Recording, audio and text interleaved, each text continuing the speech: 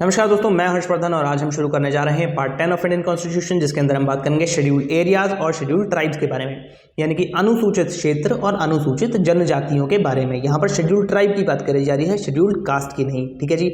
और कौन सा एरिया शेड्यूल्ड एरिया है और कौन सी ट्राइब शेड्यूल्ड ट्राइब है, ये कौन डिसाइड करेगा?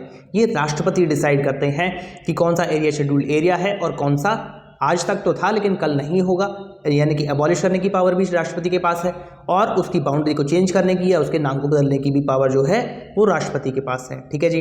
शेड्यूल्ड एरिया और शेड्यूल्ड ट्राइब, ये जो दो कंडीशंस हैं, अगर ये दोनों फुलफिल हो जाती हैं तो हमारा जो संविधान है वो कुछ स्पेशल प्रोटेक्शन देता है इन लोगों को। ठीक है जी। लेकिन दोनों कंडीशन पूरी होनी जरूरी है, यानी कि कोई भी व्यक्ति जो कि शेड्यूल्ड ट्राइब को बिलोंग करता है और शेड्यूल्ड एरिया में रहता है, उन्हीं पर ये प्रावधान लागू होंगे। ठीक है जी। ऐसा नहीं हो सकता कि कोई व्यक्ति शेड्यूल्ड ट्राइब को बिलोंग करता है लेकिन दिल्ली में आ जाता है तो उस पर ये प्रावधान लागू नहीं होंगे। ठीक है जी। और अगर कोई व्यक्ति शेड्यूल्ड ट्राइब को बिलोंग नहीं करता लेकिन शेड्यूल्ड एरिया में रह रहा है तो उस पर भी ये जो स्पेशल प्रोटेक्शन है, जो प्रावधान है, वो लागू नहीं होंगे। ठीक है जी।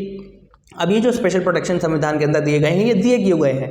ये इसलिए दिए गए हैं क्योंकि ये जो कम्युनिटीज़ हैं ये बहुत ही ज़्यादा पिछड़ गई हैं सामान्य समाज से। ठीक है जी।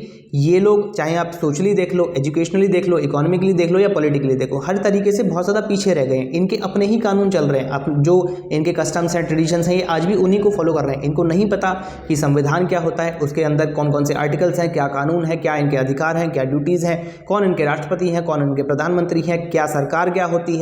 इनकी अपनी सरकार अलग ही चल रही है ना। ये ना तो पढ़े लिखे हैं, बिल्कुल इलिटरेट हैं, अनपढ़ हैं। आज भी कई बार आपको ये आदि मानव की तरह जीते हुए दिख जाएंगे, गले में कंकाल टंगा होगा, नंगे घूम रहे होंगे, है ना। इनके लिए वो आम बात है। ना तो पढ़े लिखे हैं, ना इनके पास कोई एम्प्लॉयमेंट का जरिया है, कोई पैसा भी नहीं है ना। पैसे का लेन देन इनको नहीं आता। काम ये लोग बहुत करते हैं, अपना जीवन चला रहे हैं, लेकिन जंगल की रिसोर्सेज से ही चला रहे हैं, यानी कि सब्सिस्टेंस लेवल पर ही अभी ये काम कर रहे हैं। ठीक है जी। यानी कि बस अपना जीवन यापन करने के लिए जो ज़रूरी है उतना इनके पास होता है। तो अब अगर हम इनको समाज के बराबर नहीं ला पाएँ तो कम से कम इतनी तो हमारी जिम्मेदारी बनती है ना कि जो कल्चर इनको समझ में आता है उसी को हम प्रोटेक्ट कर दें, ताकि इनका जो जीवन यापन है वो शांति से चलता रहे। ऐसा ना हो कि इनका कोई एक्सप्लॉयटेशन करे या इनके साथ कोई जोर जबरदस्ती करे या इनकी ज़मीन हथियाने की कोशिश करे। ऐसा नहीं होना चाहिए। इनके कल्चर को कोई किसी भी तरीके का डिस्ट्रक्शन नहीं पहुंचना चाहिए, क्योंकि इनको वही समझ में आता है। अभी ये नहीं समझ पा रहे हैं कि बाकी समाज में क्या हो रहा है, इनका जीवन जो है वहीं तक सीमित है, तो उसको प्रोटेक्ट करना बहुत ज़रूरी है। इसीलिए ये जो चैप्टर है वो कॉन्स्टिट्यूशन में लाया गया था। ठीक है जी।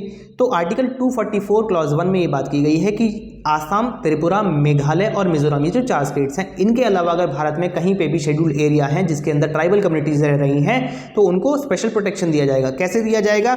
एक ट्राइब्स एडवाइजरी काउंसिल बनाई जाएगी जिसके अंदर 20 लोग होंगे, 20 मेंबर्स की ये ट्राइब्स एडवाइजरी काउंसिल होगी और इस 20 में से 3/4 लोग यानी कि 15 लोग उसी स्टेट के एमएलए होंगे जहां पर ये बनाई गई है, और वो एमएलए ट्राइबल कम्युनिटी को बिलोंग करते होंगे। ठीक है जी।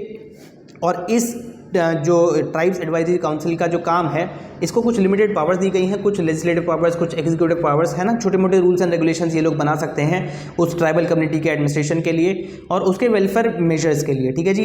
और जो जहाँ पर इनका जुरिस्डिक्शन खत्म होता है वहाँ पर ये कानून बनाने के लिए एडवाइस कर सकते हैं। किसको कर सकते हैं? गवर्नर को कर सकते हैं। गवर्नर ही फाइनल अथॉरिटी है जो ये डिसाइड करता है कि कौन से कानून इन पर लागू होंगे और कौन से नहीं होंगे। ठीक है जी। जो भी सामान्य कानून बनाए जाते हैं, चाहे वो यूनियन गवर्नमेंट बनाए या स्टेट गवर्नमेंट बनाए, वो सीधे तरीके से इन पर लागू नहीं होते हैं। जो गवर्नर है वो डिसाइड करता है कौन से होंगे, कौन से नहीं होंगे, और वो अमेंड भी कर सकता है, कुछ कानूनों में कुछ बदलाव करके इन पर लागू भी कर सकता है। ठीक है जी। और जो फाइनल रिपोर्ट है एडमिनिस्ट्रेशन की, वो गवर्नर किसको भेजता है? राष्ट्रपति को भेजता है। ठीक है जी। तो अल्टीमेटली राष्ट्रपति के अंदर ही इनका जो दायरा है वो आता है शेड्यूल्ड एरियाज का। ठीक है जी। इनका जो भी एडमिनिस्ट्रेशन है वो राष्ट्रपति देखते हैं, अगर हम फाइनल सोर्स ऑफ अथॉरिटी देखें तो। ठीक है जी। इसके बाद हम बात करते हैं आर्टिकल 244 क्लॉज 2 की। उसमें बात की गई है provisions made for administration of tribal areas in, जो कि हमने 4 स्टेट्स छोड़ दिए थे, असम, मेघालय, त्रिपुरा एंड मिजोरम। अब इन 4 स्टेट्स में जो भी ट्राइबल कम्युनिटीज़ रह रही हैं, जो भी शेड्यूल्ड एरियाज हैं उनके अंदर, तो उन पर क्या प्रावधान लागू होगा? भैया देखो, जैसे असम है उसके अंदर मैं आपको कुछ एग्जाम्पल देता हूँ। एक है बोडोलैंड, तो बोडोलैंड टेरिटोरियल काउंसिल बनाई गई है। एक है कार्बी एंगलोंग, तो वहाँ पर कार्बी एंगलोंग डिस्ट्रिक्ट काउंसिल बनाई गई है। तीसरा है दीमा हसाऊ, तो दीमा हसाऊ डिस्ट्रिक्ट काउंसिल बनाई गई है। ये डिस्ट्रिक्ट काउंसिल या रीजनल काउंसिल्स क्या हैं, उसी के बारे में बात करते हैं। 6th शेड्यूल के अंदर ये बताया गया है भैया कि जो भी ये 4 स्टेट्स हैं उनके अंदर जो शेड्यूल्ड एरियाज़ हैं उनके अंदर जो ट्राइबल कम्युनिटीज़ हैं उनके एडमिनिस्ट्रेशन के लिए हम ऑटोनोमस डिस्ट्रिक्ट या रीजनल काउंसिल्स बना सकते हैं, जिनको लेजिस्लेटिव और जुडिशियल पावर्स दी जाएंगी, जो कि उससे ज़्यादा होंगी जो कि ट्राइब्स एडवाइजरी काउंसिल को दी गई थी। क्यों ज़्यादा होंगी? क्योंकि यहाँ पर जो जनजातियाँ रह रही हैं वो उससे भी ज़्यादा पिछड़ी हैं जो बाकी राज्यों में रह रही हैं। बाकी राज्य जो इन 4 के अलावा हैं वो टोटल 10 स्टेट्स हैं इंडिया के अंदर जहाँ पर जनजातियाँ रह रही हैं। कौन कौन से हैं?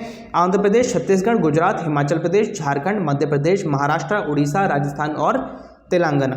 ठीक है जी। तो यहाँ पर जो जनजातियाँ रह रही हैं वो थोड़ी सी समाज के साथ घुलने मिलने लगी हैं, तो उनको सिर्फ हमने ट्राइब्स एडवाइजरी काउंसिल दी थी, लेकिन यहाँ पर हम ऑटोनॉमस डिस्ट्रिक्ट काउंसिल दे रहे हैं, ऑटोनॉमस रीजनल काउंसिल दे रहे हैं। तो इसके पास कुछ लेजिस्लेटिव और जुडिशली पावर्स होंगी जो कि किस किस सब्जेक्ट पर डील करेंगी? लैंड, रेवेन्यू, फॉरेस्ट, एजुकेशन और पब्लिक हेल्थ जैसे मैटर्स पर वो डील कर सकती हैं। ठीक है जी।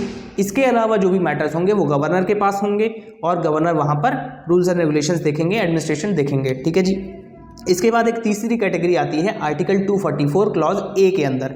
अब यहाँ पर जो क्लॉज ए नहीं है, आर्टिकल 244 ए है, ये अमेंडमेंट के द्वारा आया था 1969 में 22nd अमेंडमेंट लाया गया था कॉन्स्टिट्यूशन के अंदर। ठीक है जी। उसके द्वारा ये जो आर्टिकल है वो इंसर्ट किया गया था कॉन्स्टिट्यूशन के अंदर, जिसमें कहा गया था कि आसाम जो कि एक बहुत बड़ा राज्य है नॉर्थ ईस्ट का, उसमें अगर कोई भी ट्राइबल कम्युनिटी है जो कि जिसके लिए ऐसी ज़रूरत महसूस होती है कि उनको एक अलग राज्य की ज़रूरत है, तो उसके लिए हम ऑटोनोमस स्टेट बना सकते हैं जिसके अपने काउंसिल ऑफ मिनिस्टर्स होंगे या अपना लोकल लेजिस्लेचर होगा। ठीक है जी। या फिर दोनों भी हो सकते हैं।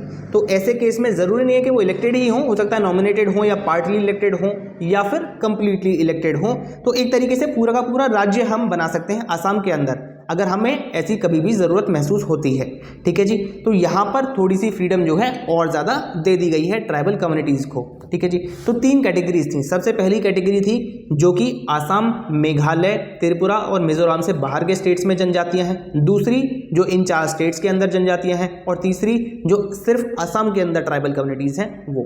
तो सभी के साथ हमने कुछ स्पेशल प्रोटेक्शंस दी गई हैं, कुछ फ्रीडम्स दी हैं। तो ये जो हैं हर कैटेगरी में बस बढ़ती चली जाती हैं। इसी के साथ ये जो पार्ट है, पार्ट 10, वो ख़त्म होता है। बहुत बहुत धन्यवाद।